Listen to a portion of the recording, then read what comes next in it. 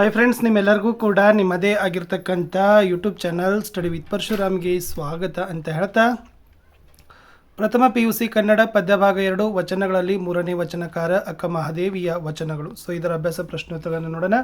First PUCಗೆ ಸಂಬಂಧಪಟ್ಟಂತೆ Kannada, history, sociology, political science, ಎಕನಾಮಿಕ್ಸಲ್ಲಿ ಪ್ರಶ್ನೋತ್ತರಗಳು ಬರ್ತಾ ಇದ್ದಾವೆ. ಸೊ ಹೆಚ್ಚು ವ್ಯೂಸ್ ಮಾಡಿದರೆ ಖಂಡಿತವಾಗಿ ಅದೇ ವಿಷಯದ ಹೆಚ್ಚು ವಿಡಿಯೋಗಳು ನಿಮಗೆ ಕೊಡ್ತೀವಿ ಅಂತ ಹೇಳ್ತಾ, ಕಮೆಂಟ್ ಪಕ್ಕ ಹೈಪ್ ಇದೆ. ಸೊ ಎಲ್ಲರೂ ಕೂಡ ಲೈಕ್, ಶೇರ್ ಮತ್ತು ಸಬ್ಸ್ಕ್ರೈಬ್ ಮಾಡೋದನ್ನು ಮಾತ್ರ ಮರೆಯದಿರಿ ಅಂತ ಮತ್ತೊಮ್ಮೆ ಹೇಳ್ತಾ ಅಭ್ಯಾಸದ ಪ್ರಶ್ನೆಗಳನ್ನು ಶುರು ಮಾಡುವ. ಅಭ್ಯಾಸ: ಸಂದರ್ಭ ಸೂಚಿಸಿ ವಿವರಿಸಿ. ಮೊದಲ ಸಾಲು: ಮುತ್ತಿನ ಬಲೆಯಾದಡೆ ಬಂಧನವಲ್ಲವೇ? ಉತ್ತರ: ಈ ಪ್ರಸ್ತುತ ವಾಕ್ಯವನ್ನು ಆದ್ಯ ಮಹಿಳಾ ವಚನಕಾರ್ತಿಯಾದ ಅಕ್ಕ ಮಹಾದೇವಿಯವರು ರಚಿಸಿರುವ ವಚನಗಳಿಂದ ಆರಿಸಿಕೊಳ್ಳಲಾಗಿದೆ. ಲೌಕಿಕ ಆಕರ್ಷಣೆಗಳ ಬಗ್ಗೆ ತಿಳಿಸುತ್ತಾ ಅಕ್ಕ ಹೇಳುವ ಮಾತಾಗಿದೆ. ಬೇಡಿಯ ಗುಣ ಬಂಧಿಸುವುದು. ಅದು ರತ್ನದ್ದಾದರೂ ಅದರ ಹಿಡಿತಕ್ಕೆ ಸಿಕ್ಕರೂ ಬಿಡಿಸಿಕೊಳ್ಳಲು ಕಷ್ಟ. ಹಾಗೆಯೇ ಬಲೆಯು ತನ್ನೊಳಗೆ ಸಿಕ್ಕಿದವರನ್ನು ಬಂಧಿಸುತ್ತದೆ.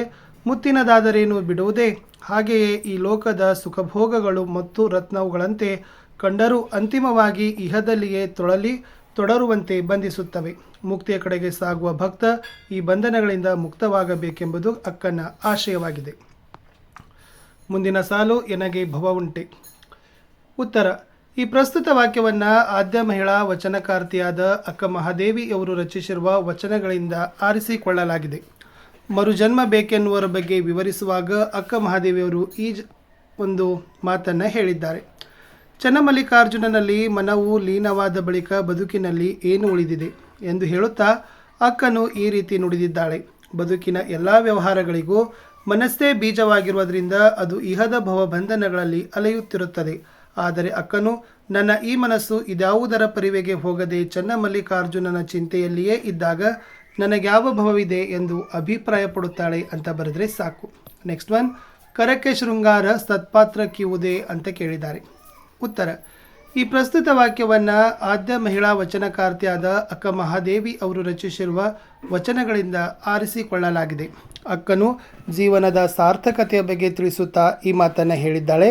ನಮಗೆ ಪಂಚೇಂದ್ರಿಯಗಳು ಇರುವುದು ಏಕೆಂದರೆ ಅವುಗಳಿಂದ ಸತ್ಕಾರ್ಯಗಳನ್ನು ಮಾಡುವುದಕ್ಕೆ. ಬದುಕಿನ ಶೃಂಗಾರ ಇರುವುದು ಗುರು ಹಿರಿಯರನ್ನು ನೋಡುವುದರಲ್ಲಿ, ಸತ್ಯವನ್ನು ನುಡಿಯುವುದರಲ್ಲಿ, ಶಿವಭಕ್ತರೊಂದಿಗೆ ಬೆರೆಯುವುದರಲ್ಲಿ. ಹಾಗೆಯೇ ಕರಗಳು ಅಂದರೆ ಕೈಗಳು ಇರುವುದು ಸತ್ಪಾತ್ರರಿಗೆ ದಾನ ಮಾಡಲಿಕ್ಕೆ ಎಂದು ಅಕ್ಕ ಹೇಳುವ ಮಾತಾಗಿದೆ. ಬಹು ಆಯ್ಕೆ ಪ್ರಶ್ನೆಗಳ ಉತ್ತರ ಇತ್ತು. ಅಕ್ಕನು ಹೇಳುವ ತೊಡರು ಯಾವುದು ಕೇಳಿದ್ದಾರೆ. ರತ್ನದ ಸಂಕೋಲೆ. ಲೋಕದ ಚೇಷ್ಟೆಗೆ ಬೀಜವಾದದ್ದು ಯಾವುದು? ರವಿ ಅಥವಾ ಸೂರ್ಯ. ದೈವ ಸ್ಮರಣೆಯಲ್ಲಿ ಮನಸ್ಸಿಲುಕಿದಾಗ ಯಾವುದು ಕೆಡುವುದು? ಆತ್ಮ ಪರಮಾತ್ಮನಲ್ಲಿ ಲೀನವಾದಾಗ ಭವ ಕೆಡುವುದು. ಸತ್ಯವನ್ನು ನುಡಿಯುವುದು ಯಾವುದರ ಶೃಂಗಾರವಾಗಬೇಕು? ವಚನ ಅಂದರೆ ಆಡುವ ಮಾತಿಗೆ. ಅಕ್ಕನ ವಚನಗಳ ಅಂಕಿತ ಯಾವುದು? ಚನ್ನಮಲ್ಲಿಕಾರ್ಜುನ. 2-3 ವಾಕ್ಯಗಳ ಉತ್ತರಗಳನ್ನು ಬರೀಬೇಕು. ಮೊದಲ ಪ್ರಶ್ನೆ: ರತ್ನ ಮತ್ತು ಮುತ್ತು ಏನನ್ನು ಸೂಚಿಸುತ್ತದೆ? ಉತ್ತರ: ಸಂಕೋಲೆ ರತ್ನದ್ದಾದರೂ ಬಂಧನವೇ ಆಗಿದೆ.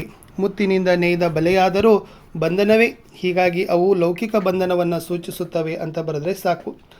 ಲೋಕ ಮತ್ತು ಕರ್ಣಂಗಳ ಚೇಷ್ಟೆಗೆ ಬೀಜ ಯಾವುದು? ಉತ್ತರ: ಲೋಕದ ಚೇಷ್ಟೆಗೆ ರವಿ ಬೀಜ, ಕರ್ಣಂಗಳ ಚೇಷ್ಟೆಗೆ ಮನವೇ ಬೀಜವಾಗಿದೆ. ಮುಂದಿನ ಪ್ರಶ್ನೆ: ಕಣ್ಣು ಹಾಗೂ ಕರ್ಣಗಳಿಗೆ ಶೃಂಗಾರ ಯಾವುದು? ಕಣ್ಣಿಗೆ ಶೃಂಗಾರ ಗುರು ಹಿರಿಯರ ನೋಡುವುದು.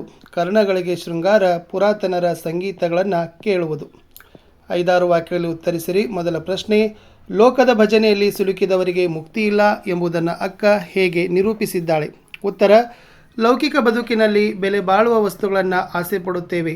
ಚಿನ್ನ, ಮುತ್ತು, ರತ್ನದಂಥ ವಸ್ತುಗಳ ಮೋಹದಲ್ಲಿ ಜೀವನವನ್ನು ಕಳೆಯುತ್ತೇವೆ. ಇವುಗಳ ಸಂಪಾದನೆ, ಸಂಗ್ರಹಗಳಂಥ ಬದುಕಿನ ಸಂಕೋಲೆಯಲ್ಲಿ, ಬಂಧನದಲ್ಲಿ, ಬಲೆಯಲ್ಲಿ ಬಿದ್ದು ಬಿಡಿಸಿಕೊಳ್ಳಲಾಗದೆ ಒದ್ದಾಡುತ್ತೇವೆ.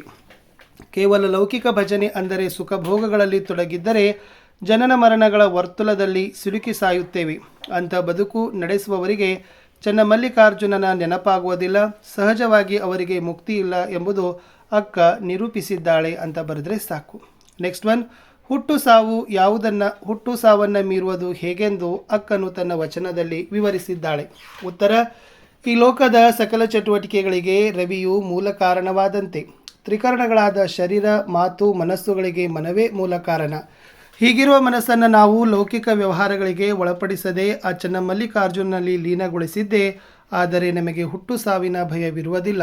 ಭಕ್ತಿಯ ಬಂಧನಕ್ಕೆ ಒಳಗಾದ ಬಳಿಕ ಹುಟ್ಟು ಸಾವುಗಳ ಬಂಧನವಿರಲು ಸಾಧ್ಯವಿಲ್ಲ ಎಂದು ಅಕ್ಕ ಮಹಾದೇವಿ ವಿವರಿಸಿದ್ದಾಳೆ.